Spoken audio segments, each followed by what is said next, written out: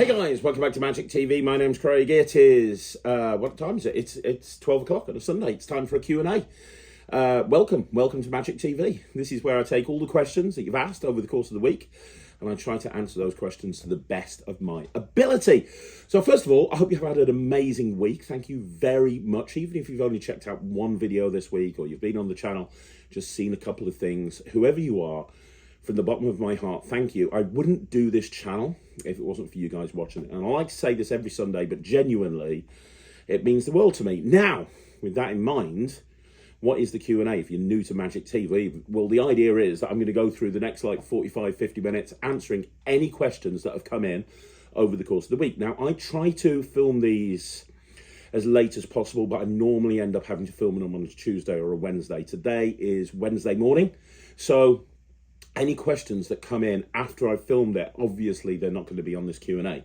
If a question comes in afterwards and I don't answer it, leave it down below on this video and I'll get back to it next week. But try to get the questions in before sort of Monday at the latest. Now, the other thing that you need to know is you're getting my raw, unfiltered opinions. I haven't done research into these questions. I'm reading them and I'm giving you the answer there and then. I don't even know what the questions are all about. So there's that you need to bear in mind as well. Sometimes I'll read a question and I'll be like, that's a great question, but it's going to take too long to answer here. And I'll be using that as the basis for a future video. And I will let you know that if that happens. Outside of that, as I said, thank you very much. If you're watching this at 12 o'clock, I am at the session this weekend with Ryland. So come say hi. If you watch the Q&A, come say hello to me and Ryland. We're looking forward to the session completely. Anyway, with that all being said, with that all in mind, we're going to get straight into it. So without further ado, let's get into this week's Q&A. Okay, so the first question is from Andy Cooper, who says, hi Craig, really enjoying the Magic News show each week. Thank you very much. It's a bit like a one-man magic podcast, but without Naughty's Nuts. The podcast is coming back, by the way. I'm wondering whether you have considered posting the Magic News as a weekly podcast. I think it would be very popular in an alternative format. Maybe it's something that we'll do at some point. I've got to be honest. I'm kind of really busy at the moment. I don't think that's going to happen. We're just about able to keep on top of everything that we're doing. It can take time to get all of this content done, and that'll just add an extra spanner into the work. So I'm not saying no. I do agree with you. I think it'd be pretty cool in podcast format, but it's something that I'll probably look into when things have calmed down. Unfortunately, we're a little bit understaffed at the moment in the office, and January is always really busy for us because a lot of people hold off on booking events until after Christmas. So we're kind of slammed in the office at the moment. Just checking over at the phone. All the lines are on. So, yeah, we will get on to this at some point in the future, but not right now. But when that happens, I'll let you know. And thanks very much for letting me know about Magic News. I'm really glad you like it. Okay, so the next question is from Matthew Wennell, who says, hi, Craig. Do you have any advice on having good stage presence? Sometimes on stage, I can struggle with smiling and slowing down. Thanks. Okay, so do I have a good advice for good stage presence? Well, there's a couple of things that I can tell you, Matthew. And the first is, it's all about experience. I mentioned this on the channel an awful lot, but it bears repeating. Flight time is the single most important thing that a magician can do. Whenever you think that you've got enough experience, you haven't. I've been performing on stage for 30 years and I still don't know half of what I should know. Like, the more you do something, the better you'll get at it and the more comfortable you will be. Now, the other thing about stage presence can vary from person to person. It's important to know your character and it's important to know who you are. What is the type of person that you want to portray on stage? Are you wanting to be somebody who's dark and mysterious? Are you wanting to be the comedy guy? Who are you wanting to be? That's really important because your stage presence will vary with what your character is. My character on stage, and anyone who's seen me perform knows this, I'm kind of very wisecracking. I don't take myself too seriously. I'd rather spend 5 minutes doing crowd work and chatting to the audience than I would be doing a magic trick. So that's kind of my character. So I have to lean into that when I'm performing. So I'm not going to be the smiley guy that's coming on stage smiling. I'm not a Lance Burton type of magician, nor would I want to be. And if I tried to do that, it wouldn't work. So knowing your character is also really important. And then practicing and rehearsing not the actual trick. Here's the thing: when a lot of people talk about rehearsing magic for a stage performance, they think, "Oh right, I've got to perform the trick, and I've got to pretend there's an audience in front of me, and I've got to pretend that I'm doing this, and now I'm doing." And while all of that's important, it's just as important to understand vocal projection, for example. So when you think about stage presence, a lot of it is being able to be heard. And part of that is projecting vocally. I have been to shows where I've seen magicians that are new maybe into performing on stage, and they're shouting because they think that the way to get their point across is to shout, and it's not. Projecting your voice is very, very different to standing there shouting. And in the early days, when I first started my illusion show with a guy called Russell Lee, it's my business partner at the time, I would just go on stage and shout because I didn't understand about vocal projection until I learnt it. I went out of my way to learn about vocal projection. I remember going to a kidology, and Alec Powell had a lecture from his daughter on who's a professional actress, on vocal projection, and that made me understand how important it is. But anything that, and another important point, is understanding having a microphone. I've met magicians who have gone on stage for the first time, put a microphone on for the first time, and it's freaked them out because they don't know how to speak with a microphone. So what happens is they scream down the microphone and people can't hear. Understanding all of that is very, very important. You talk about slowing down. That should be a big aspect of your performance. Again, when I first started performing on stage, I would just go at a million miles an hour. I would speak really, really fast, and the more I would perform, the more fast I would speak, and I did not realize I was speaking so fast. And it's very important to have regular pauses and slowing things down. I was watching an interview with, I can't remember the guy's name. He's the guy that plays the Arrow in the Green Arrow series.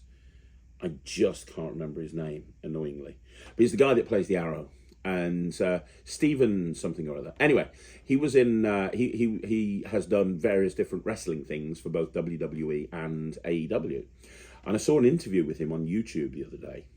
And he was talking about advice that Triple H gave him, Paul Levesque gave him, when he went out to do his first match against Cody Rhodes. And Triple H said to him, slow down. However slow you think you are, it's not slow enough. Slow down. And then once you slow down some more. And just when you think you can't slow down anymore, slow down some more. And that's really important. Wrestling's a little bit like performing in that respect, in that it's important to let the audience react to what it is that they're seeing. And it's the same with magic. It's important to slow down and let everyone understand what's going on. Understand your character, rehearse vocal projection, rehearse microphone technique, rehearse, just rehearse walking on stage. If you think about it, the first thing that people are going to see when you're announced on stage, please welcome on stage Craig Petty, the first thing that they're going to see is they're going to see you walk on stage. How do you walk on stage? Just walking on stage is really important. I remember when Ryland was doing America's Got Talent, Matt spent weeks just rehearsing how he was going to walk for the audition, how he was going to walk from the wings into the center point of the stage, how he was going to do that, how was he going to walk. All of this little things is so important. And then how you're standing on stage, and then how you're acting on stage. This is something that Matt could probably speak about way more confidently than me. But when you do a gesture on stage, if you're if you've scripted in a moment where you have to smile because something's happened and you find it amusing, people aren't going to see a little smirk. You've got to give it a big cheesy grin. If you're nodding, we did this with Thea. Thea's first show for the company was on New Year's Eve, and there was this moment where Ryland brings her out on stage to do an illusion on her, and he says, get in the box, and she does no. And it took her, and she's new into it, it took her a long time to realise that she couldn't just shake her head like that, because there's 400 people watching her, and shaking the head at Ryland when Ryland says get in the box and she shakes her head, that's fine. Ryland could see her, maybe the front row could see her, but people at the very back of the room, they can't see her do that. She needs to over exaggerate every single movement. So, you talk about smiling. It's not always about smiling. It can be. That's the one thing that Ryland always struggles in. The amount of time me and Matt say to him, smile, smile. He likes to try and play this moody character and he doesn't smile very often. But as long as you're aware of it and you can carry on working on it, that's important. Look up some books. There's some great books on stagecraft. Look at stuff from Alex McAleer from the 1914. That's a good place to start. Stage by Stage, the Vanishing Ink book. That's really great. There's a lot of really great books to look at on stage, but really it comes down to flight time and rehearsal. Okay, so the next question is from Matt Matthews. It says, "Hi Craig, thanks for taking the time to answer questions. You're more than welcome. I know at one point you said you were thinking of doing a video on the hows and whys of Plastidip. Yes, I was. Are you still planning this video? Yes, I am. I just wanted to say how much I'd love to see it and I'd find it very useful. Thanks again for the amazing content on Magic TV. I'm actually, and I'm planning on doing this month, but I'm actually going to do a hows and whys, and I'm going to talk about the difference between roughing spray, Plastidip, and spray mount, because all three of those are things that you can use to spray on cards. But all three of them are used in very different ways. Spray mount is useful for one particular type of thing. Plastidip is useful for another type of thing. Roughing spray is useful for another type of thing. And I'm going to go through all three of them. And then I'm going to teach some tricks using all three of them as well that you can make up at home if you've got your own sprays. So that's something that I'm actually planning on doing this month. We've got it scheduled into film, I think, next week or the week after. So look out for that. But yes, Matt, thanks for asking. It is definitely coming. Okay, so the next question is from Kev Dog, who says, "Hi Craig." Hi Kev. Thanks for all you do for the magic community and the channel. You're more than welcome. I just did my first kids show and it went very well. It would have been complete chaos if you didn't put all the kids show videos up. I've got more coming up this year, so thank you very much for that. I love kids shows. I'm never going to stop performing kids shows. I know some people look down on them. I love them. And how did it go? You say that you did your first kids show. How did it go? Let me know. Now for your question, are you ever going to perform at the Chicago Magic Lounge? I would love to. I want to do a lot more performing and go and see a lot more of the world this year. And the Chicago Magic Lounge is on my bucket list. If you know somebody at the Chicago Magic Lounge, get them to book me. I guarantee I'll rock the place. Yeah, I'm planning on doing a lot in America next year. I just don't know how to get about it. But yeah, I'd love to do the Chicago Magic Lounge. So hopefully that'll come off at some point. Okay, so the next question is from Verana Bauer. I don't think posted on the Q&A before. Hey, nice to meet you. Hey, Craig. Hey, how you doing?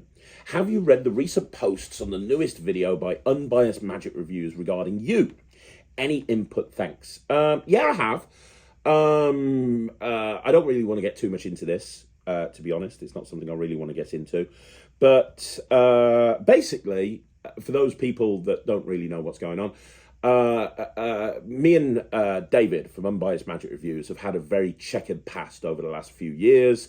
He's not been very happy with various things Lloyd's done or I've done over the years, and I've made videos about him. He's made videos about me. He will tell you that I'm the worst human being in the world. I've had pops at him on this channel in the past.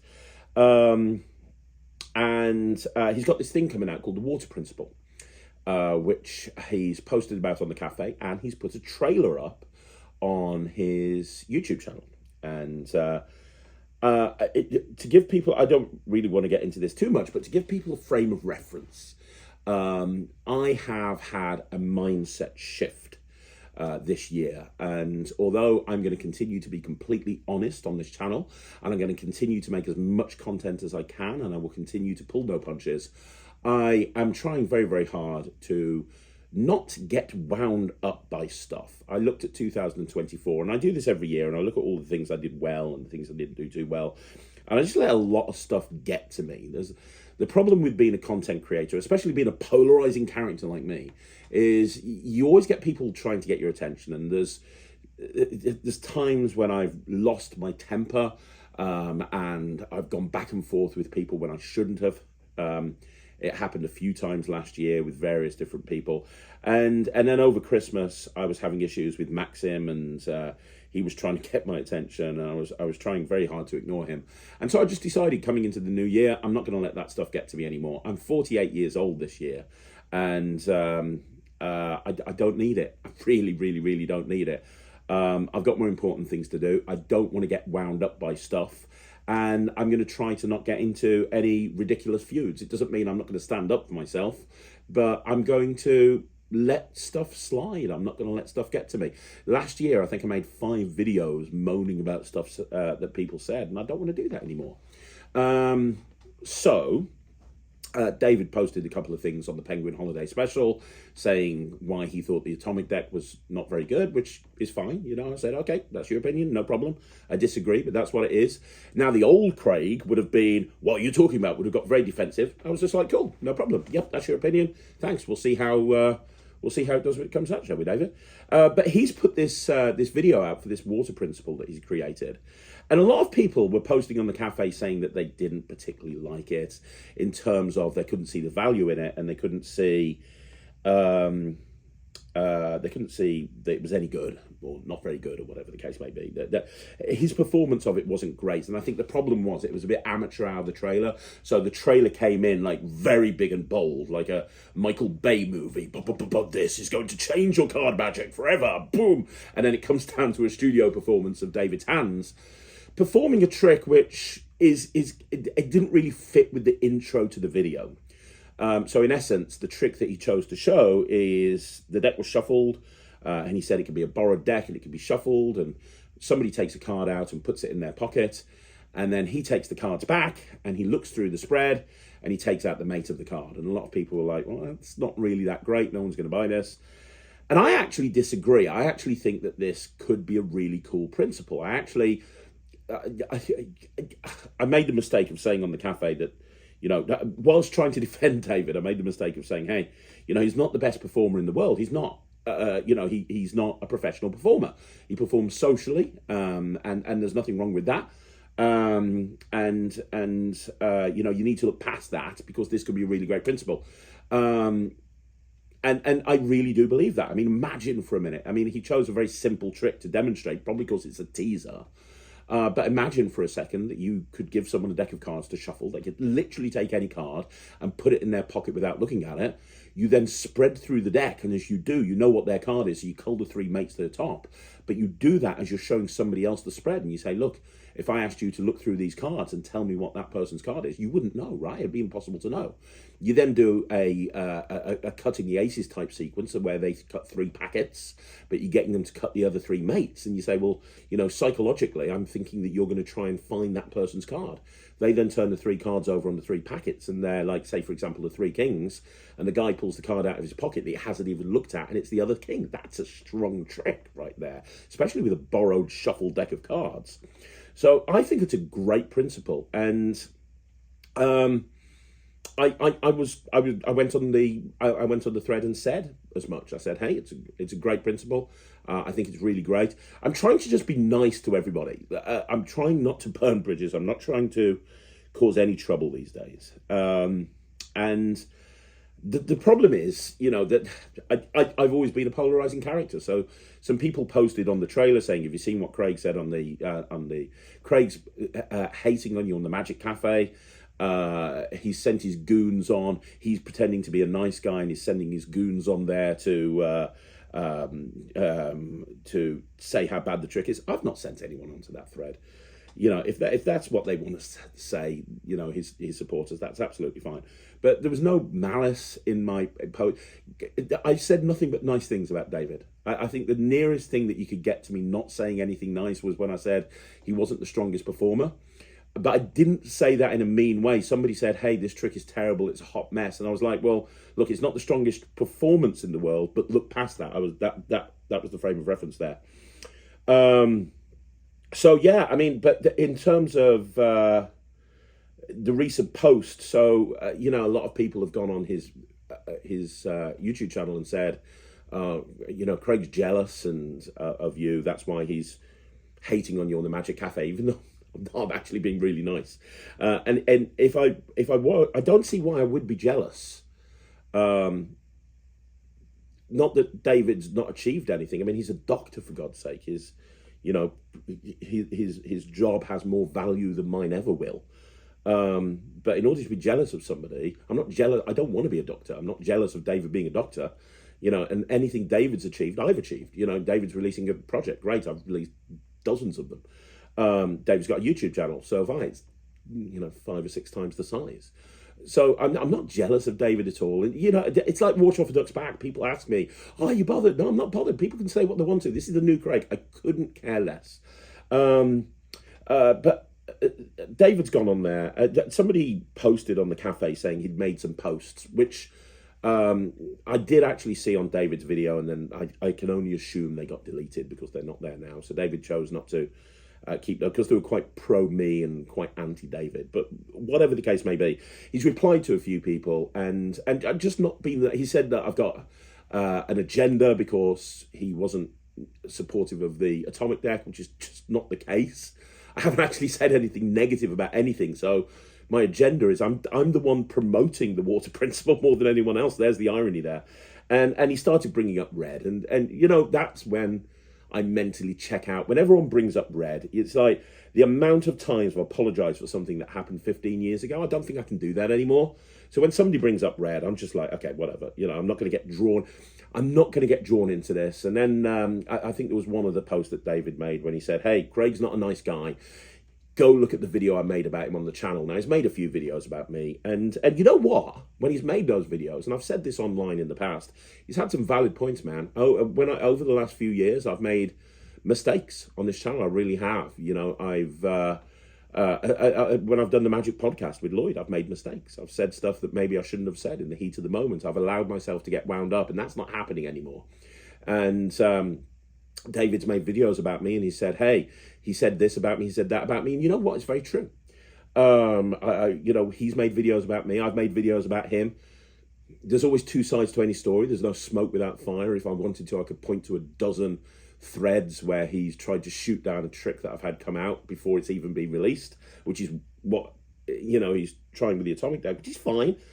All I'm going to say is, I'm going to say 3 things. One, and I'm sure this will get back to David, if I have said anything, and I know I have, over the last 4 years that Magic TV has been around, if I've said anything or done anything to upset you, I apologize.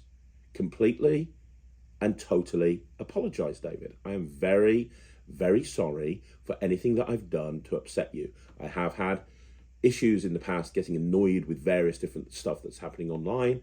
I ain't doing that anymore. I'm not annoyed about anything anymore, David. So if I've done something to annoy you in the past, I'm very, very sorry. That's the first thing I want to say. And I'd like to start again. Let's start fresh if you want to. If you don't, that's absolutely fine. Second of all, you don't like the atomic deck. That's cool. That's absolutely fine. That's not a problem. There's a lot of people that do. And when you start seeing the hype for this, and there will be hype, you'll see some of the biggest names in mentalism that have actually sat down with me and seen it in person many, many times, talk about how amazing it is. You're basing an opinion off one performance and one way of doing one particular trick. But whatever, again, it's your opinion. Everybody has an opinion. That's the second thing I want to say. The third thing I want to say is I really much like the water principle. I think it's great. I can't wait to pick it up. Congratulations. Based off the teaser trailer, I think this could be a great product. And I advise anybody who's watching Magic TV to go and check out the trailer and show your interest in it, because I think it could really revolutionize card magic. And I want you to look past the performance and look past the kind of the overproduced intro to the trailer and just think about the potential that this principle has if it does everything that David says it does. And the final thing that I want to say is, for any supporters that you asked the question, have I read the recent post? What's my thoughts? For anybody who doesn't like me, that's great. That's your opinion. I'm very sorry you don't like me. If you think I'm jealous, that's not the case. But hey, if you think I'm jealous, that's absolutely fine. If you think that I'm full of hate and you think there's an ulterior motive for me being nice on a thread on the cafe, that's your opinion. That's fine. From my point of view, I'm not going to let stuff get to me. I'm not going to be a pushover at all, but I'm no longer going to be shouting and screaming at people that have got mean stuff to say about me online. I've got more important things to do. I'm very busy. I'm 48 and I haven't got time to argue like a schoolgirl online on a forum or a YouTube channel. It's not going to happen. So, you don't like me, that's fine. You don't want to say cool things about me, that's fine. You want to insinuate that I'm hating someone's product when I'm actually saying very, very nice things about it, that's absolutely fine. It is what it is. But from my point of view, yeah, David's got a winner here. So go and support it. And really, Verena, that's all I've got to say. Okay, so the next question is from MK Magic, who says, "Hey Craig, hey, I recently did a kids show with a ton of elves, and I had to end the show half an hour early because they had started running amok amongst my performing area. I just cut my losses and did balloons. On the car ride home, I remember your company does party games and action dances. In the future, if this situation arises for me, can you think of any party games that involves everyone with no props, preferably? Thanks for Magic TV and answering my questions every week. You're more than welcome." So yeah, so for those of you that don't do kid shows and you don't know what an ELF is, it's an acronym used by kids entertainers for a very naughty child or a naughty group of children that are uncontrollable. It stands for evil little fucker. So he's saying I recently did a kid show with a bunch of really naughty kids, and you had to end the show early and just make balloons because they were just running amok. So there's 2 points that you want to bear in mind with this. Number one, you sometimes will have to cut the show short. It doesn't happen very often, but I tell my team here at NSK that sometimes you do have to cut that show short. You never know the scenario you're in. You just never know. You have the ability to do that if you feel like you need to. However, that should be a very rare thing because you should be able to set it up so you don't have to cut the show short. What I mean by that is the single most important thing that you do when you do a kids show is the warm-up, right? So the warm-up is very, very important. The warm-up is going to let them know what you expect of them. It's going to take the super shy kids, bring them out their shell. It's going to take the super excited kids and calm them down, right? Now, when you talk about elves, there's normally a couple of them in any audience. The important thing is knowing where they are. So as part of the warm-up, one thing I'll say is I'll say, right, okay, who here wants to come up and help in the magic show? Put your hand up in the air if you do. Now, some kids aren't going to put their hands up. That's fine. They're the people that don't want to get involved. Some kids want to put their hand up just like that, normally. That's cool. That's brilliant. But then there's a couple of kids, that will put their hand up so high and so hard and so fast, you're genuinely concerned that their arm is going to get popped out their socket.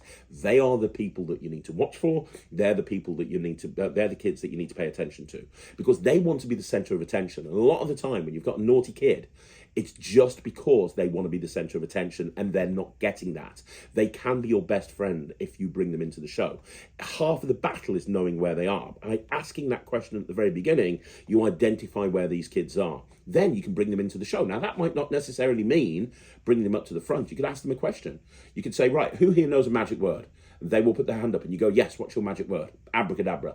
What's your name? John. John, that is the best magic word ever. Everyone give John a big round of applause. And then you can kind of go back and you go, John, bring them involved without actually getting them to come to the front if you want to. That's absolutely fine. But getting them a part of, knowing where they are and bringing them into the show, that's a really big thing to do. Second of all, sometimes when you've got a naughty audience, it can be that there's a couple of older kids there and the younger kids follow the older kids and the older kids are disruptive. So one thing that you can do is before the show even starts, take those older kids to one side and say to them, hey guys, look, I've got to be honest, the show I'm going to do, it's going to be primarily for the younger kids, not for you. But let me show you something really cool. And I do a coin vanish or I do an elastic band thing. And I go, right, when I finish this show, I'm going to do a quick 5-minute performance for you of some incredible magic. And I'm even going to teach you a trick that you can go away and show all your friends and you're going to blow them away. But I need your help during this show. I need you to help me. If any of the kids are out of line, can you just make sure that you're keeping an eye on them? You're going to be like my wingmen. Is that okay? Brilliant. Thanks so much. Now, they will not be a disruptive influence. They'll be your best friend because they want to learn the trick that you've just shown them, right? That's the second thing. Also, don't forget that when you're dealing with a group of children, you motivate them either with a carrot or a stick. We never use the stick here in this company. We only ever use the carrot. So one thing to say is, who wants to come up and help? If you want to come up and help, you've got to stay sat down facing the front. If you turn around, walk off, I'm not going to pick you. You've got to stay sat still. And when I do this, you've got to be quiet straight away. It means that you can call back to that later on. So later on, if somebody starts to be disruptive, you can go, whoa, whoa, whoa, whoa. Remember, if you want to come up to the front, you've got to stay sat down. It allows you to reiterate that, and they remember why, because they want to come up to the front. Now, all of that should help with the majority of parties. In terms of cutting a show short, absolutely go into party games. And I do say to my team, party games are great because it's all to music. You don't have to present to them, so on and so forth. The other thing, by the way, actually, before I get into the party games, is if you are doing a show and it runs an hour, your typical kid's attention span is about 40 minutes is going to drop down. So at that 40-minute mark, it's a good idea to do something that's going to bring them back into the thing. So you could say, okay, I'm going to make sweets appear at the end of the show. And anybody who helps me with this next trick, I'm going to need everyone's help. Everyone who helps me with this next trick, I'm going to make sure that you all get a sweet at the end of the party. But only for the people that help me right now. So who's going to help me? And now they're back and they're invested in the show again. But with the party games, if you're doing like 20 minutes of party games, I would just focus on music-themed games. Do a lot of action dances where you're dancing at the front and the kids are dancing along with you. Kind of say something like, right, guys, we're going to do an action dance. An action dance is really simple. I'm going to do some, I'm going to put on some music. You've got to listen to the music and do whatever the actions say. If the actions say put your hands in the air, you put your hands in the air. If the music says wave your hands around, you wave your hands around. Now, if you don't know what the actions are, I'm going to be standing in front of you doing the actions as well. And the best dancer, I'm going to give you a prize. Who thinks he can be the best dancer? Go. You do 3 or 4 of those, that's going to run 20 minutes and the kids are going to have a great time. The last one, you bring the parents up and you get them involved as well. Absolute winner. Crazy dance competitions are a great one. Getting them all dancing around. Whoever's doing the craziest dance, you give them a sweet as they're dancing around. Or you can run it as kind of like a Britain's Got Talent type thing, and you can bring the 4 craziest dancers to the front, and then you can do like a crazy dance competition type thing where the audience are the judges and they're doing a dance in front of everybody and you're getting them to vote for the winner. But just keep it really high energy, focus mainly on the music, because you don't always have to with games, but if you've got an audience that's disruptive anyway, doing music themed games is the best way to go. So hopefully all of that helps, but any further clarification you need, let me know. Okay, so the next question is from Andy Putt, who says, hello, Craig. First of all, Happy New Year. Same to you, Andy. I didn't have time for questions last week, and that's why I say this a week later. From the 20th of December to the 2nd of January each year, my calendar is a freaking war zone. Today's the first day I can watch all of the videos that came out in the last 2 weeks. I totally understand, buddy. I hope you had a fun holidays. Yes, and if you're wondering, I had a great fun holiday as well. That's good. I'm glad about it. So Christmas Eve, you perform tricks for the family. Okay. I had tricks with a predetermined outcome, like clued up, double-decker, etc. And in the end, before people left, I asked them to open the box that was on the table the whole evening. And there was nothing in it, and they closed it. I asked them to think about the evening and what happened, and when they did, I shook the box, and you heard a folded up piece of paper in the box. They opened it again, and the paper contained the outcome of all of the tricks that evening. They wanted to keep the paper because it was so freaking impossible for them. Their faces were the gift, and they were priceless. That's amazing, man. That's really creative. I love that. Like kind of having a magical prediction appear at the end of a thing. That's great. Really good thinking, Andy. I also did a few Craig Petty tricks, like my favorite Craig Petty release ever, Christmas cards. Dude, thank you so much. I love Christmas cards, especially at Christmas.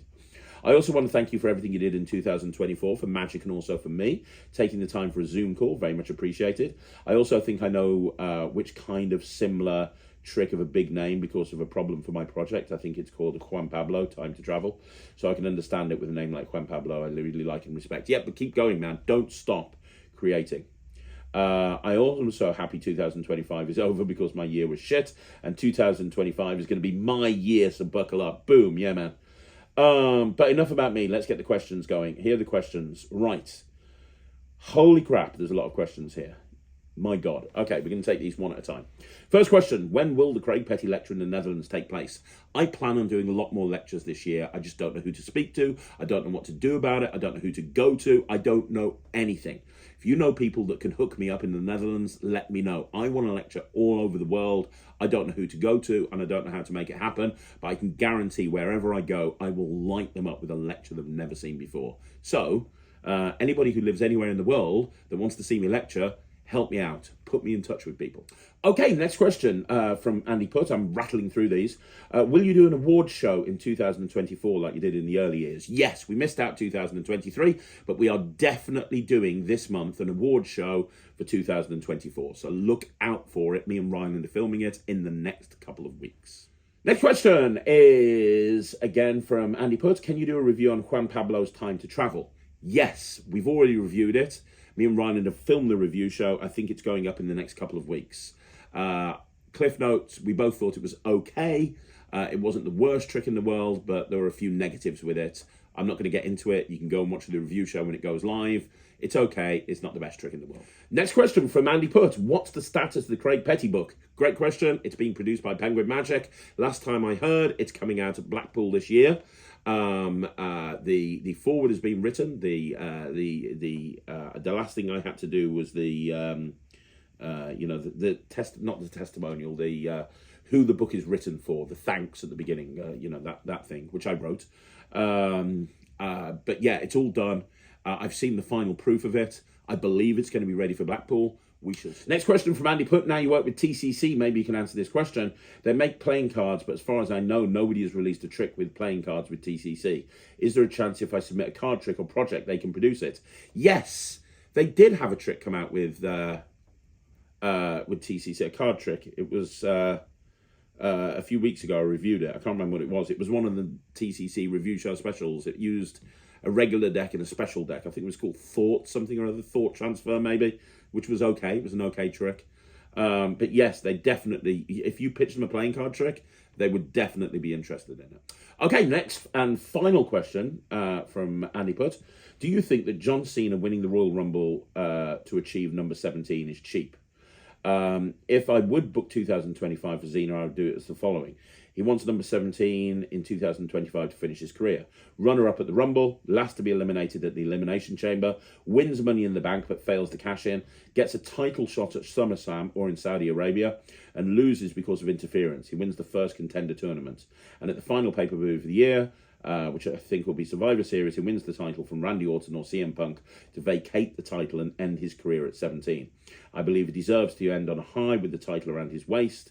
WWE advertises him as the GOAT, so give him a GOAT-worthy goodbye. What do you think? A year close, but not eventually? Yes.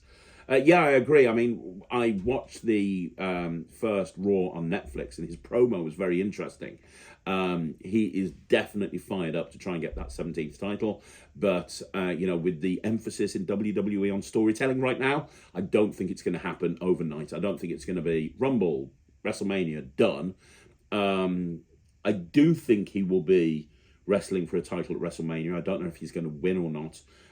We will see. But, 100%. 100% definitely. It's going to, because, whenever you're dealing with wrestling, it's always more interesting with the babyface chases. It was always more interesting when Cody spent 2 years trying to get the title off Roman than since he's won the title.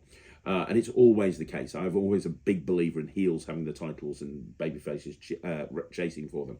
So yeah, I could see him chasing a large part of the year. I don't think he'd be winning the title at the beginning of the year and spending a year defending it. That's not going to be the case. And I know he says he's finishing at the end of this year. I could see him holding on to the title and losing it at like the Rumble or something. But yes, 100%. I think you're right.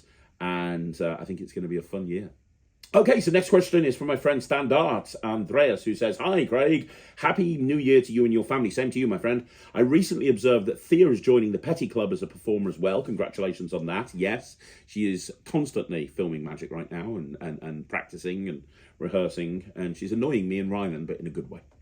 My entry to the Q&A question for 2025 is as follows. Imagine you're booked for a full night show of, say, 75 to 90 minute stage parlour show, and that includes a break in between. Further assume you'll include a spanning trick like Destination Mistake. I assume you'll most likely consider opening the show by giving out the box, as it's a great warm-up. When would you resolve and close the circle, as the big finale is at the end of the show, or just close the first part with it and dismiss the audience into the break? Okay, great question. So what Andreas is saying here is my trick Destination Mistake. I give the destination box out to somebody, and I give the key out to somebody. And then at the end of the show, I reveal that the card is in that box, right? He's saying, if you're doing a show with a break in the middle, would you still do that? And the answer is no. And the reason is, I wouldn't want people to go I wouldn't want the guy with the key and the person with the box to go meet up and open the box and look at what's inside. Curiosity could actually mean that might happen. And if it did, that would be disastrous. It really would. I wouldn't want to be in that scenario at all. Back in the day when I was doing Steve Spill's Bill and Lemon routine, as popularised by Doc Eason, I would give a lemon out in a bag, and I did that same thing. And they everyone was being shown the lemon with the hole in it. It was just not good at all. So no, I would not do that. But I would want to close, if it was a one-man solo show, I would want to close with destination mistake. So here's what I would do. I would put the giving out of the destination box at the beginning of the second half, and I would close the second half with the destination box. And what I would do at the first half is I would have a prediction. Now, if I've got an assistant with me, it would be a master prediction system. If I've not got an assistant with me, then it would be something else. Like it'd be, I don't know, it'd be, no-brainer is one that I've done an awful lot in my show. And what I'd do is I'd have a similar gag at the beginning of it. So I would still span the first half, and I would still point out the thing that I'm going to reference back at the end. So if I was doing no-brainer, for example, and I've got this big envelope on stage right there hanging on stage from the very, very beginning, I'd probably say, now you right there, so what's your name? John. Nice to meet you, John. John, there's some amazing stuff that's going to happen in this show, but you're not going to see any of it, John. And the reason is your job is to watch that envelope. John, no matter what happens, watch that envelope. I don't want you watching the show at all, because at the end of the first half, something is going to happen with that envelope, and it's going to be incredible. And I don't want people saying later on that I switched the envelope. So, John, just watch the envelope. Right, let's get on with the show. Then I do the first half. I end the first half by doing no-brainer and bringing the envelope into play. Then at the beginning of the second half, I'd say, right, before we start the second half, I have something very important I need to do. I have to introduce the box of mystery. Then I'd go into the giving of the box out, giving of the key out. And at the end of the second half, I would bring it all full circle by bringing the box back into play. That is what I've actually done many, many times in the past. That works really well. So great question, and I hope that helps. Okay, so we have Bernmar question. Now this is from Bernard, who is an incredible kids entertainer in Hong Kong. One of the best kids magicians, if not the best kids magician in Hong Kong. So anytime he talks about kid shows, you want to listen to every word he says. He has way more knowledge than I'll ever have. And he's saying, my recommendation to Kid Show Magic is Seriously Silly by David Kay. Absolutely. Complete Magical Party by Mark Leveridge. Again, Mark is the GOAT when it comes to kids shows, and a lot of people don't realise. Kid Show Compendium by David Ginn. Agreed. Keep the Kids Laughing by Tommy James. Never seen it, but I've heard people talk very highly of it. By the way, I'm a 63-year-old children's entertainer in Hong Kong who turned full-time after retiring at the age of 60 from my teaching career. Craig is a great motivator who has also encouraged me not to give up on my dream. Dude, you have the biggest 2025 coming. I'm telling you right now, your 2025 is going to be fire. We've talked about it. We're just going to make it happen. Dude, you are an inspiration to so many people. If you haven't seen Bernard's Talk Magic, go and do it. Honestly, you will be fired up. Bernard, you rock, my friend. Okay, so next question is from Bryce Elphia, who says, hi, Craig. 2 questions for you this week. Right, we'll take them one at a time. I'm super excited for Blackpool this year, and I hope to see you there. I will be there. I've held off from purchasing Focus in hopes that it'll be on the Magic TV stand. Please tell me you'll have it there along with a certain molecular deck. I will be at Blackpool. I will have Focus on my stand. There is a very good chance that the atomic deck will be there as well. Yes. I'm not always going to be on the stand the whole time. I'm going to be playing stand Jenga. I'm going to be on everyone's stand. More about that later. But yes, I'm definitely going to be on. I'm definitely going to have Focus. Are there any dealers at Blackpool that you would say are a must-see? Yes, Penguin Magic. Because there's going to be some very cool stuff happening on Penguin Magic. Alakazam. Because I know there's some cool stuff happening with Alakazam. James Keatley has got on his stand 3 new Chris James tricks. Not Bitcoin. There's this trick with a Bic lighter, which is freaking incredible. Incredible. Everyone's going to want to buy that. All of the Chris James stuff is great. Who else? Alakazam, I've said. TCC are going to have my new trick, my first trick with TCC, and they've got a special Blackpool deal on it, and they've told me they're only bringing 100, and it's probably one of the best tricks I've ever done. I'm going to be telling everyone about it before Blackpool, but go and see TCC. TCC are going to be there. Henry Harrius is going to be there. Go and see Henry. He's got some new stuff that's going to be on the stand. You definitely want to go and see Henry. I mean, everyone's good. Wayne Goodman's got some great stuff on his stand. Go and see Wayne Goodman. Who else? I'm trying to think of it. I don't know what they are, but I've heard Saturn have got 6 new tricks coming out this year, which is really cool. I don't know anything about what the tricks are, but I mean, that could be great. Matthew Wright has got some incredible new releases, including something that him and I have worked on that I believe we're going to be releasing at Blackpool. And also, he's going to be debuting his new AIM or AME. I'm a beta tester and I can't even remember the name of it. It's incredible. So good. It's so good. It's a game changer. It really is. And Mark Bennett, me and Mark Bennett, MB Magic, Mark Bennett from Smoke and Mirrors. Him and I have developed, I think, the best bar trick ever. I mean, you take Mark Bennett, who is like the GOAT when it comes to bar magic, you know, the owner of Smoke and Mirrors. You know, he set up Illusions Magic Bar. He basically made magic bars cool in the UK. And you put him in a room with me, what comes out is the greatest bar trick of all time. And it's getting launched at Blackpool. I'm doing the trailer and the tutorial for it next week with Nemeth Phoenix and Mark Bennett at Smoke and Mirrors. This thing is going to be lit, and he's only going to have a few copies. And it's killer. If you like my material and you like Mark's style, you'll love this. So there's a few that that are a must-see, but I'll be doing videos leading up to Blackpool as well, so keep an eye on those videos, but those are the ones that in the top of my head I know are going to be really cool. Okay, so the next question again is from Bryce Elphia, who says, secondly, I'm spending a week or so in London after the convention. Is there anything magic related or otherwise that you would suggest seeing for a first-time visit? I do hope to visit the Alakazam shop. Any Doctor Who suggestions would also be welcome.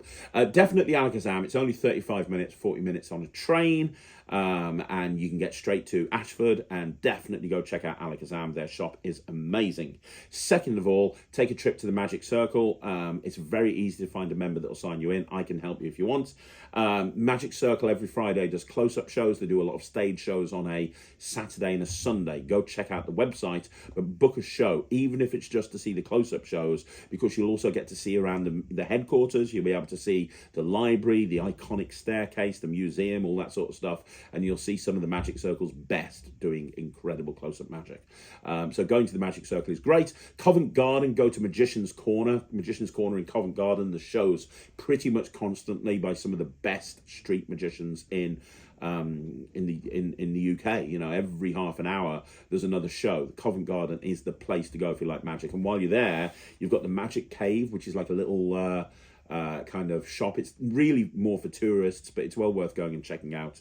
And then go to Marvin's Magic at Hamleys, because you will get to see you know, a lot of the Marvin's Magic stuff demonstrated, and that's kind of a really magical thing.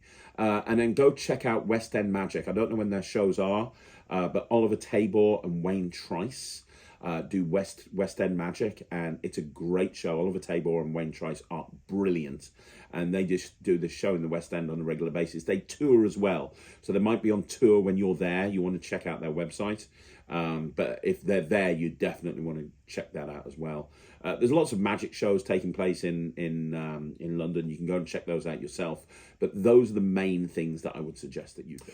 Next question is from Agent Suter, who says, hi Craig, Happy New Year. I think that apart from the trailer, I haven't seen anything about the bag Reborn on Magic TV. Have I missed it? Will there be more to come? No, you haven't missed it. The problem is it came out like literally the week before Christmas. And then I kind of went into Christmas and then into the new year. I'm planning on doing a mat test on it. I'm also planning on doing an exposed video on it. That will be coming soon, probably in the next week or so. So look out for both of those. That will be coming soon. I need to also do a mat test on a couple of other things as well, but I think I'll probably get the bag Reborn done first. He knows nothing about coin magic. He's never seen a coin bag before. I have a feeling I'm going to blow his mind.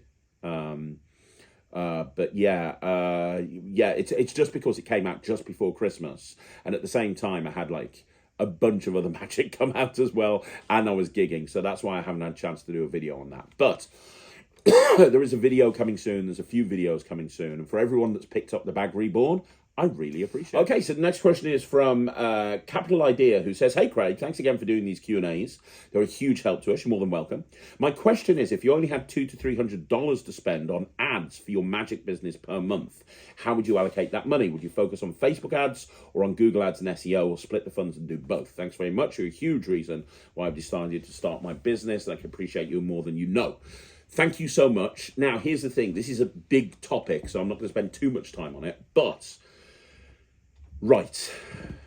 Okay, so what you need to know, $200 or $300 is not that much money. To put that into a frame of reference, I spend about £7,000 a month on PPC, and that's not even taking into consideration what I spend on SEO. You aren't going to really, it's going to be like basically throwing a pebble into a pond, that much money. When you think about lead generation, there's short-term tactics and long-term tactics. SEO is a long-term thing. You're not going to see a return on that investment straight away. You spend money on SEO so that over the course of the following weeks and months, you will rank higher and higher and higher, and you will see a return on that investment, but it is not a short-term thing, right? It's more of a medium to long-term thing. You can do SEO on your own. You can teach yourself to do SEO on your own, or you can go through a company that does it for you. I go through a company, but it's also really important to understand how it works so that you can check up and make sure it's being done correctly. Now, PPC is generally quite good, but $200 is quite a small budget. You could get a return on investment on that, and it could be okay, but you're really looking to spend a higher budget if you can. Now, the problem with doing PPC is if you don't know what you're doing, if you just teach yourself, you can waste a lot of money because things are changing with Google constantly and you need to be aware of those changes and you need to do the ads correctly. If you don't set those ads up correctly, you're going to have a ton of people clicking on those ads and you're going to be spending money and nobody is going to convert into a lead. One example that I always give people is, a lot of people forget to set negative keywords on their ads. What's a negative keyword? Why would you want to put a negative keyword?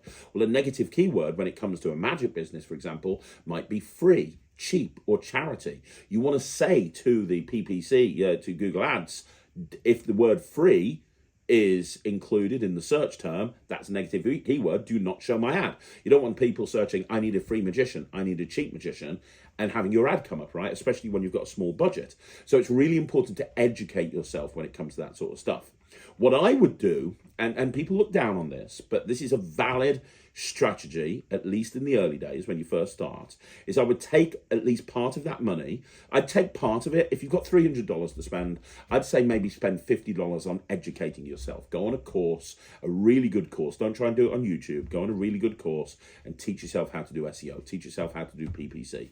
Teach yourself how to do all that side of things. The rest of the money, initially for the first 3 to 6 months, put it on something like Bark or Add to Event or something like that. Because here's what happened. You can buy credits and you can bid for people that are looking for magicians, and they're real inquiries. Now, a lot of people will tell you that these sites are a race to the bottom, and you're going to have to come in cheap, and you are probably going to have to come in a bit cheaper than you would do if you were doing a PPC campaign or an SEO campaign, but if you understand how Bark works and you understand what your competition is saying and who your competition is and what they're charging, you can actually do really well out of Bark. You can do really well out of events and platforms like that. And that will give you a quick return on your investment. You will have gigs booked in that you can take deposit payments on, and that's money going into your bank account. Then you can start building up the funds and transferring that over to PPC, whilst at the same time learning how to do SEO, doing it yourself. I only hired a company to do my SEO just after COVID, just after we came out of COVID. Up until that point, we did it all internally. So you can do it yourself. You don't need to outsource it to a company. As you grow, you'll want to outsource it, but it's all about generating profit. It's all about making more money. You want to use that money, spend money to make money, okay? So you want to, I would start with those lead generation websites initially, and then start to learn how to use PPC. Educate yourself in that side of things. Take part of that money that you're making from the gigs that you're booking in and put it into a marketing budget, and then start siphoning that into a PPC campaign. And then PPC will generate more leads for you. So then you've got leads coming in from Bark, you've got leads coming in from PPC. And then you can start working on the SEO in the background as well, which will yield results in the medium term. Now, that's all digital based. There's a lot of other things that you can do digitally as well. But in terms of spending money, that's the strategy that I would use. Okay, so the next question is from Pancala, who says, "Hi, Craig, and Happy New Year. Same to you, buddy. You recently reviewed Cameron Francis' trick, Copy That. I've been doing it since, but I find that the trick would be stronger if the magician's card were never hidden. This is because every time the magician hides his hands, the trick loses some of its effectiveness in the spectator's mind. Do you have any ideas on how to modify the trick so that the magician's hand never goes under the table? I was thinking some false counts and some false spreads could work." Yeah, because if you think about it, the reason to go under the table is because you're not actually turning their card over in the pack, are you? You're not actually turning their card over. That's part of the method. You're not doing that. So you'd have to replicate. If you could work out a way, everything else you could do above the table. That's not a problem, because you could do a full shuffle and keep the position of the cards as you need them, and then you give them a card and they give you a card. That's all good, but you'd need to come up with a way of replicating the reversal of their card in the deck. Now, maybe that would be, and I don't know, but maybe that would be you take their card, put it on top of the deck, take their card, put it on top, maybe bring it up like that, but bring up a double, put it into the middle, so you've actually reversed the correct card and the incorrect card, and then do sort of a half pass or something. That's what you'd have to deal with in order to make that happen above the table. I understand where you're coming from. I don't think it's an issue, but I get why you'd want to go down that route. I think the only thing that you need to think through is how to actually openly reverse that card, because in order to reverse the card, you're either going to have to show the card they've given you, which you can't do, or you're going to have to show the other side of the cards, because you're turning those cards face up to put their card face down, which again, you don't want to do. So yeah, it'd need some thought. I'm not saying it couldn't be done, but it'd need some thought. Let me have a think about it. I'll get back to you. Okay, so the next question is, "Hey Craig, hope you're well. What's the best self-levitation on the market, not the Belducci levitation? What do you think of the trick called One Levitation from Ray Noble and Peter Lothran?" I've never been a big fan of the Peter Lothran levitation, in my opinion. I don't think it's that great. The best levitation, the best one-man levitation, and I did this in my show for a long time. I didn't do it personally. We did it on an assistant. Although it is a one-man levitation, you can do it on your own, is In Flight by Nicholas Einhorn, which was the first person I saw do that was Paul Daniels.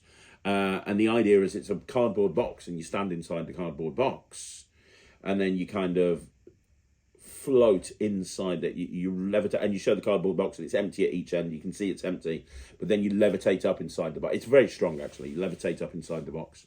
It looks really, really good. It's called In Flight by Nick Einhorn. There's other versions of it out there as well, but Nick's the best. You'd want to contact Nick Einhorn. I don't know if it's still available. It might be. I don't know. But out of every self-levitation I've ever seen, I think some of them look quite hokey. I've seen this one with a Superman cape, and it looks not very good at all. It looks like what's happening. In Flight by Nicholas Einhorn, that's the best self-levitation. Okay, so the next question is from Archie Cox, who says, Archie Cox Magic, who says, "Recently I felt slightly overwhelmed. I still love magic just as much as anything else, just as much and more than anything else. However, the problem I have is that I started when I was about 9, but only from terrible YouTube tutorials, and I practiced very little. I was on and off magic as a hobby at the time, but in the last few years I stuck with it. However, and this may be imposter syndrome, as I keep telling myself I'm not good enough. I can't really do sleight of hand, just self-working magic. I have tons of books and drawers full of magic, but I can only do a fraction of the amount. Yet I have a lot of knowledge but very little skill. For example, when people ask me to show them magic, I really struggle to think what I can do, a situation I don't like being in. Do you have any advice on when I can get to a point where I can perform socially easily, but whilst also working towards doing experienced gigs, i.e. restaurants? How to stay motivated and the best tricks to learn? Sorry for the wordy message. Any help is really appreciated." Okay, so the issue here is that you're feeling guilty. You have tons of books and drawers full of magic, but you can only do a fraction of the amount. You have a lot of knowledge, but very little skill. There's no problem with that. That is called being a magician, right? Any performer in this industry, whether they're a full-time pro or they're a hobbyist or they socially perform or a part-time performer, They're all hobbyists at the end of the day. We all love magic. As a professional magician, if I wasn't performing professionally, magic would still be my hobby. And here's the thing, when it comes to magic as a hobby, you're going to end up with a bottom drawer full of crap. You are going to end up with tricks that I've done it. I've got tricks that I have bought from conventions that I have never looked at. I'm currently clearing out my man cave. And the amount of tricks that I've got in there that I've bought from conventions that I've never looked at ever. And Ryman's just taken the mick out of me the entire time. This happens. That's called that's not just you, Archie. That's every single magician that I know of. We all have that same problem. We have a bottom drawer. I have a bottom warehouse. I have so much crap in that warehouse that I'm probably never going to be able to perform. It is insane. It is ridiculous. That happens all of the time.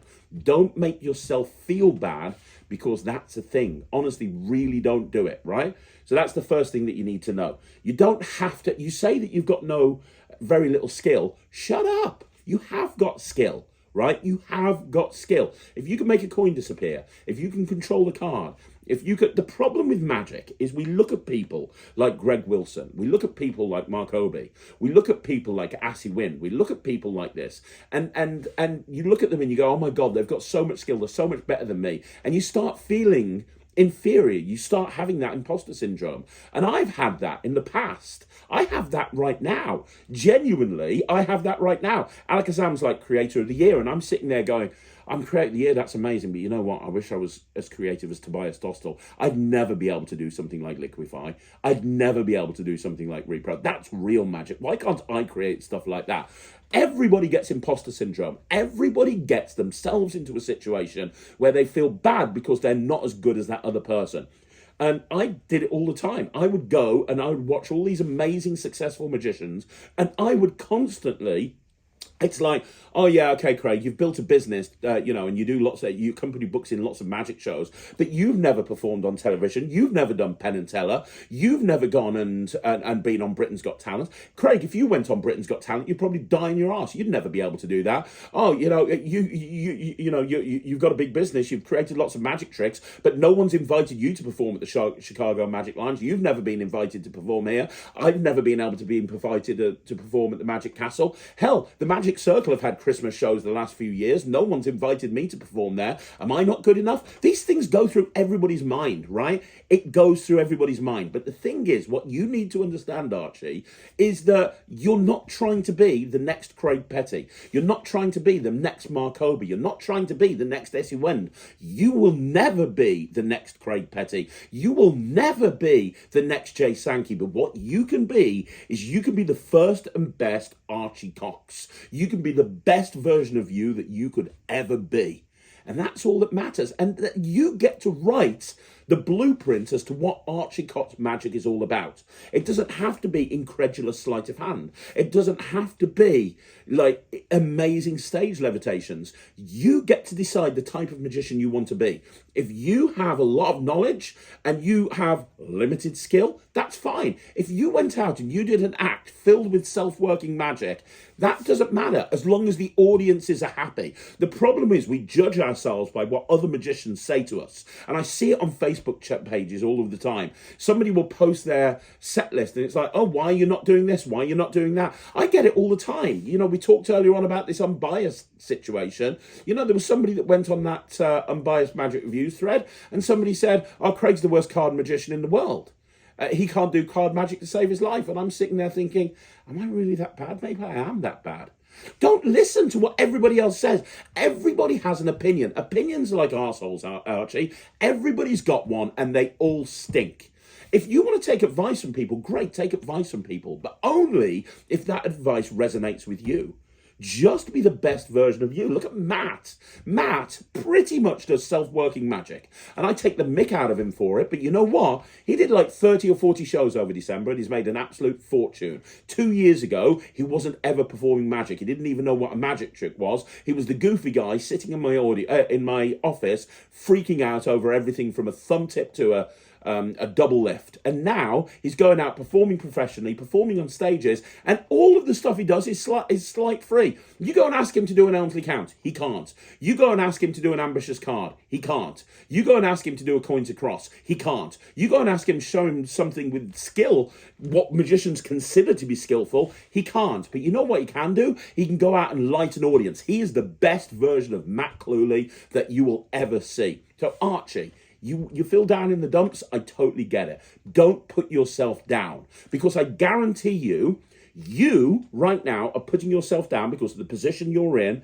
There's going to be somebody else in magic that wishes they could do what you can do. They wish that they'd been in a situation where if you've ever gone and performed, ever, and I know you have because of comments you've made on this channel, if you've ever gone performed for anybody ever, congratulations. 50% of magicians that ever come into magic, 50% of people that ever learn how to do magic will never perform to anybody in their life. There's nothing wrong with that. But just the fact that you've gone on and you've had the testicular fortitude to go out and perform, and you've gone out there and shown people, there are tons of magicians that wish they could do what you could do. So to wrap this whole thing up, Archie, screen record this. Archie Cox Magic. You are absolutely, completely and totally the best version of you. You have achieved more in this industry than most magicians would ever dream of. You've gone and performed. A lot of magicians would never do that. Never, ever put yourself down. Yeah, work hard every single day to get better. The only way we can get better is by improving ourselves and improving our magic. But don't put yourself down. Don't try and be the next Craig Petty. Don't try and be the next Jay Sankey. Be the best version of you. And you never know where that's going to be. You could end up being a magician performing in Las Vegas, or you could end up being a full-time magician, or you could just end up being a respected hobbyist. As long as you love what you do, as long as you love magic, and Archie, I know that you love magic, then there's absolutely no problem in that. But absolutely stop beating yourself up and remember that you are awesome. Screen record that. Every time you feel down in the dumps, play yourself that little clip and I guarantee you'll feel better. Okay, so the next question is from Darren Bain, who says, "Hi Craig, loving all things Magic TV related. Thank you very much. Having failed to take the chance to say hello to you when you stood beside me in the bar at Smoke and Mirrors last year before your show with Mark Bennett. Really? What? You should have come over. Seriously, Darren, I'm going to give you a slap. If we're at a convention and you're near me and you don't say hello, this is my slap in hand. That's all I'm saying. I hope to say hello in person at Blackpool. You better do. Which I'm attending for the first time this year. My question is, some time ago, you mentioned you were working on 1 or 2 credit card EDC effects. Don't think I've missed the release of these. Could you provide an update, please? Yes, I've got 3 credit card tricks coming out. One is currently being developed by Murphy's. I've signed off with the prototype, so I'm just waiting back for them now before I can start the tutorial. I've got everything done, all the tricks are designed and everything. I've got one that's already filmed from Penguin Magic. I filmed it at the same time as Magic Button. When it comes out is down to Penguin, but I know that they've got everything they need. And oh my God, the reactions to that one. When I filmed it, Dalton Wayne, who does a lot of the trailers for Penguin, he turned around and he said, if we slapped a Netflix logo at the beginning of that footage, that would basically be a TV special right there. Incredible. And then I've got another one, which is probably my favorite of the 3, and it doesn't have a home yet. I'm trying to decide what to do with it, but it could be Alakazam, it could be Penguin. I don't think it's a Murphy's thing. Could be TCC, we'll see. But yes, no credit card. I kind of go through waves. So last year was speciality decks, and you're not going to see any of those this year. But this year, you're probably going to see some credit card stuff and keys, credit cards and keys. That's what's the year of 2025 when it comes to Craig Petty is going to be credit cards, keys, and poker chips. Okay, so the next question is from Rob Magic, who says, question, what are you most looking forward to at Blackpool this year? And do you have any new releases yourself coming out at Blackpool? So what am I looking forward to? I am looking forward to seeing my son on stage at the Blackpool Magic Convention as part of Killian O'Connor's My World of Magic tour. I got to go around the whole of the summer and watch Killian and Ryland light up the audiences, going from theatre to theatre. They did an incredible job. The show was brilliant. It was produced by Russ Stevens, and the show is now taking place at Blackpool and is an incredible show. And it's just had a major upgrade because the Young Magician of the Year, the youngest person to ever win Magician of the Year. Harry Merlin Piper, the fruit of the loins of Rodney Piper, is a huge part of that show as well. And Harry is amazing and has a huge career. You put Harry, you put Ryland, and you put Killian on stage. I am so excited about that. I am so looking forward to that. And I said to Ryland the other day, I was like, do you realise this is going to be your 4th Blackpool and you've been in the programme for every single Blackpool? And he's like, no, I haven't. I was like, yeah, year 1, you were 9, 10, 11, 12. Yeah, year 1, you were 9 and you were on the gala show. You were in the programme because you were on the gala show.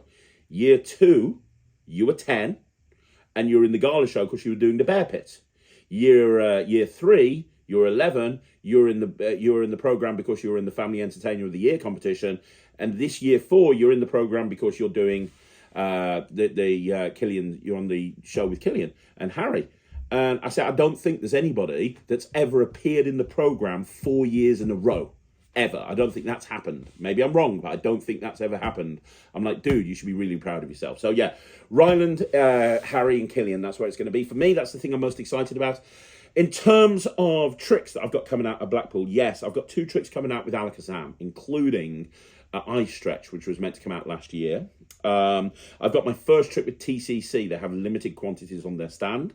The Atomic deck will be out. It'll be on all dealers' stands. I'm hoping the Atomic deck will be out by Blackpool, but that'll just be coming out either at Blackpool or just before Blackpool.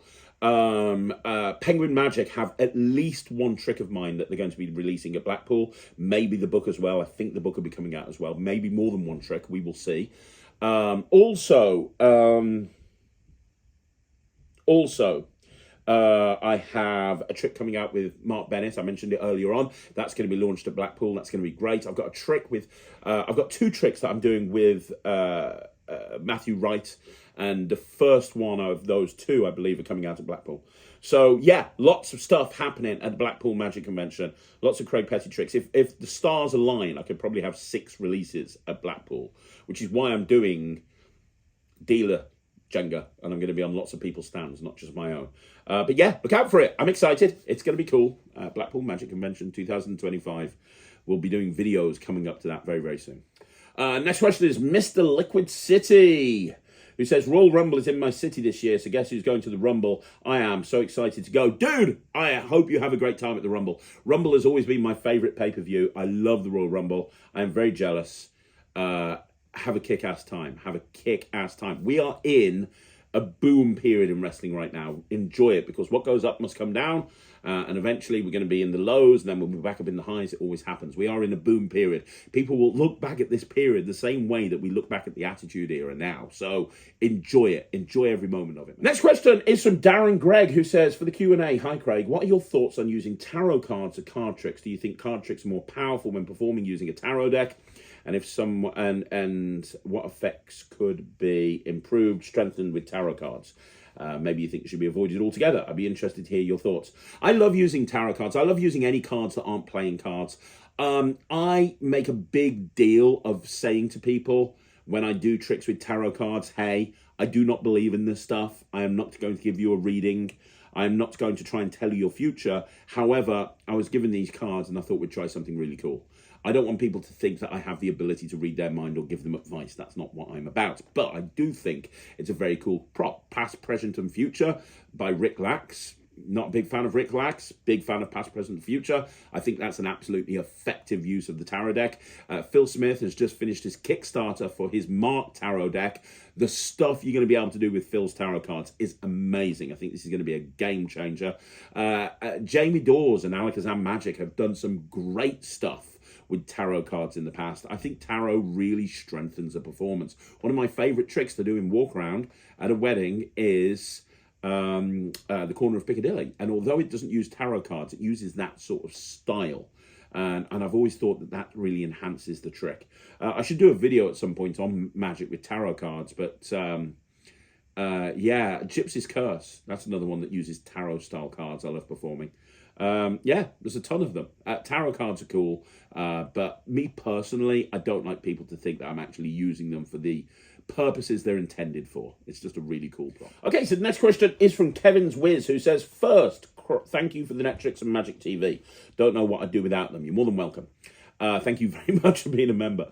I have focus and screen test. I'm just starting to learn routines for focus today. It looks as though there would be many ways to use the two together. At the very least, I'm thinking of doing focus, then have them go to the critics website and do a poster drawing routine from screen test. I know the poster is a different on focus, so they need to be on the critics site. Will this make it awkward? Do you think these tie together nicely, or would it be overkill? Do you have any ideas on using these two wonderful projects together? Just thought I'd get masters on these together. Thanks again for everything. Happy New Year. I am doing a video at some point about how to combine screen test with focus. I'm doing that video soon. So there's a video soon that's going to be combining screen test and focus. And I'm also going to be using it with decode with the new David Jonathan Kevin's trick, because you can do so much with those three tricks put together. So I am doing a video on how you can combine them. I know somebody on the Lloyd Barnes Discord had a fantastic idea of combining decode with focus, because there's a QR code on the bottom of the focus box. And so he's like used decode to have it so that he points out the QR code on the box. He has someone pick any poster without looking at it. They put it to one side. He then takes out his phone, gets them to scan the QR code. It comes up with an IMDb link to the film that they've picked that they haven't even looked at yet. I mean, what an amazing idea.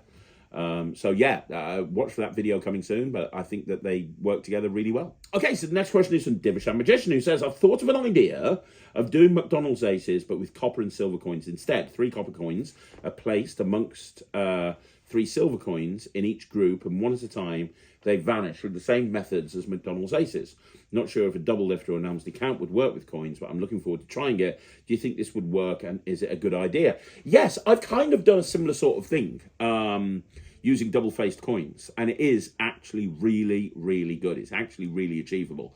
The way you want to think about this, Divishan, is don't just use the same techniques that you use with cards. There's certain techniques that you can apply to coins that will make the vanishes look a little bit better, if that kind of makes sense. So yeah, absolutely use what am I talking about? Absolutely use a double lift, because a double lift with a stack of coins works really well. Amsty counts not so much, but there are other techniques you can use as well. But yes, you're going down the right path. It's a really good idea. Carry on thinking about it, and I'd love to see what you come up with, and we can compare. The next question again is from Divishan Magician, who says, being a member of the Magic Circle is a great marketing thing to say in a sales call or in a wedding fair, but do you think being an apprentice is also a good thing to say, or would it backfire and they may think, oh, he's just an apprentice, he must not be as good, let's book someone who's a full member? If you were an apprentice, would you have mentioned it to clients or not? I don't think I'd use the word apprentice, because when you think of the word apprentice, it makes you think of someone that's learning how to do something. So if I said, yeah, I'm an apprentice of the Magic Circle, people might think, oh, he's learning how to be a magician. Because in the UK, people think that in order to be a magician, you have to be in the Magic Circle, which is totally not true. So I wouldn't use the word apprentice. I would say, I've been a magician for many, many years. I'm currently on probation on the Magic Circle. I'm joining the Magic Circle, but there's certain hoops that I've got to jump through before I become a full member. Definitely wouldn't use the word apprentice. In all honesty, though, I'm a member of the Magic Circle. You won't find it anywhere on my website. Look, I got kicked out of the Magic Circle twice. And I was worried the first time I got kicked out. I was like, oh my God, I've got everywhere that I'm a Magic Circle member, and now I've been kicked out. I can't use that. How is it going to affect my bookings? It did nothing to my bookings. It didn't affect them in any way whatsoever. So honestly, please don't worry about that. It's nothing to worry about. If you mention it or not, it's not really going to have much of a difference, to be honest. Nobody's going to go to the wedding fair, watch you do a card trick, and then they walk away later and they go, you know what? I wasn't going to book him, but now I've found out he's in the Magic Circle. Yes, we'll book him. No one's going to do that, right? So please don't worry. It's totally not an issue. The Magic Circle is a great organisation, and you can be very proud of being a Magic Circle member, but I don't think it's a deal breaker when it comes to getting booked for an event. If it was, there's a lot of people out there that aren't Magic Circle members that would not have a career. Okay, there's one final question from Divish Magician who says, what's your opinion on the Boom Deck? I don't know the method, but it looks amazing. Me and Ryan reviewed it about a year ago. I didn't particularly like it. And it's one of the most controversial reviews I did because I said I didn't like it. And a lot of people in the comments said that I was wrong. So, you know, my opinion is, and it's only my opinion is I don't particularly like it. And you can go back and look at the review and find out why, but I don't particularly like it. But I know that a lot of people love it. So, you know, it is what it is. I don't like the effect. I don't like the method. I don't like anything about it. And it broke very, very quickly on when I had it. Maybe I had a faulty unit. I don't know. But I wasn't a big fan. But hey, I might be wrong. So maybe you'll love it. Okay, so the final question today is from RDG Tex, who says, hello, Craig. I did not expect to be uploading the aspects of my last Q&A entry. Nonetheless, here's your request. Here is Maven's Googolplex prediction concept, and there's a link to a YouTube video, which I seriously encourage everyone to look at. My 2 lectures on the on-edge customizations covering both the custom deck, and the commercial release are available in the private owners group. Right, I have to say that I read your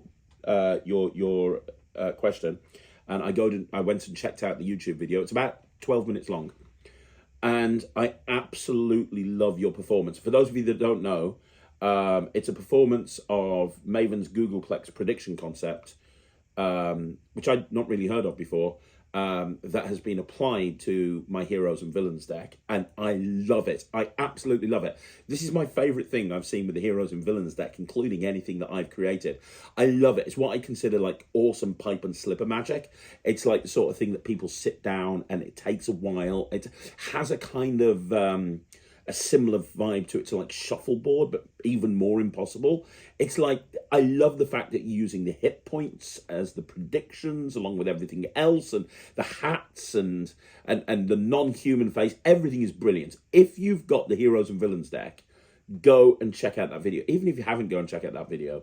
It's really great. I've got nothing to say on this other than you, sir, are a genius, and my virtual hat is off to you. Thank you so much for sharing that performance. It was great. So there you go, guys. That's another Q&A in the bag. Do me a favor. Let me know what you think in the comments down below. Don't forget to get your questions in ready for next week. I want to say thank you so much for joining me on this week's Q&A. Don't forget there's a review show special coming up this evening, so make sure you check out that. It's Odyssey, which is a fantastic mentalism utility device.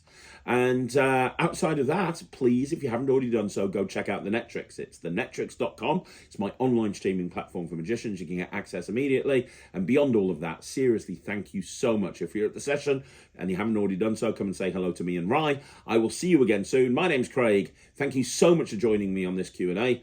This is Magic TV. I'll see you again soon.